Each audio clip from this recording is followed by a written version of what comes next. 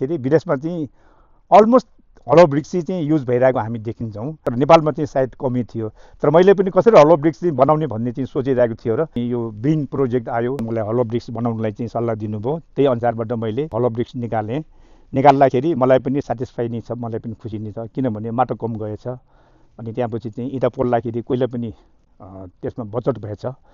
अब हाम्रो फ्याक्ट्रीमा सबभन्दा कस्ट पर्ने भनेको कोइला हो। त्यो कोइला बचाउनु भनेको हाम्रो लागि चाहिँ एउटा फाइदाजनक पनि हो। त्यस कारण चाहिँ म यसमा चाहिँ लागेको कारण त्यही हो। हलो ब्रिक्स चाहिँ जुन बनाउनेतिर लाग्दाखेरि अब यसमा चाहिँ अरू नन हलो भन्दा चाहिँ यसलाई अलिकति हामीले मेहनत लाग्ने रहेछ, किनभने यसमा पाल परेको हुनाले चाहिँ त्यो पालले गर्दाखेरि अरू जस्तो चाहिँ यसलाई चाहिँ अलिकति जतन गरेर यसलाई चाहिँ सुरक्षित साथ चाहिँ यसलाई चाहिँ इँटा पोलाइमा पनि अलिक सुरक्षित साथ पोल्नुपर्छ। निकाल्ने बेलामा पनि अलिकति केयर गरेर यसलाई निकालेर चाहिँ जतन गर्नुपर्ने हुन्छ।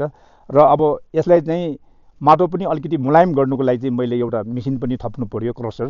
अनि त्यसपछि चाहिँ जुन डाइहरू पनि मैले थप्नु पर्यो। ब्रिक्स भए तापनि मैले चाहिँ यसमा चाहिँ मलाई पनि राम्रै जस्तो लागेर चाहिँ मैले चाहिँ यो उत्पादन अझ मैले चाहिँ बढाउने चाहिँ कोसिस गरिरहेको छु। अब हलो ब्रिक्स भनेको दुई किसिमको छ, एउटा 3वटा पालको, एउटा 10वटा पालको। त्यो पाल भएको हुनाले त्यो पालले चाहिँ गाह्रो लाउँदाखेरि, वाल लगाउँदाखेरि त्यो पालमा चाहिँ हामीले सिमेन्टी भर्नु पर्दैन। त्यो चाहिँ पालै राख्ने हो। बरु भित्र प्लास्टर गर्नुहोस्, बाहिर प्लास्टर गर्नुहोस्, भित्र पाल चाहिँ अलरेडी छोड्नुभयो भने त्यसले चाहिँ इन्सुलेन्सको काम गर्छ। बाहिर जति गर्मी भए तापनि भित्र शीतल हुन्छ, र बाहिर चाहिँ जति चिसो भए तापनि भित्र न्यानो हुन्छ। यो हलो ब्रिक्स निकाल्ने बित्तिकै मैले पनि आफ्नो जुन घरहरू पनि मैले बनाएँ। अनि मेरो साथीभाइहरूले पनि घर बनाउँदाखेरि सबैले मैले यही सल्लाह दिएको छु, किन यसमा चाहिँ 3-4 आइटमको चाहिँ यसमा चाहिँ फाइदाहरू छ।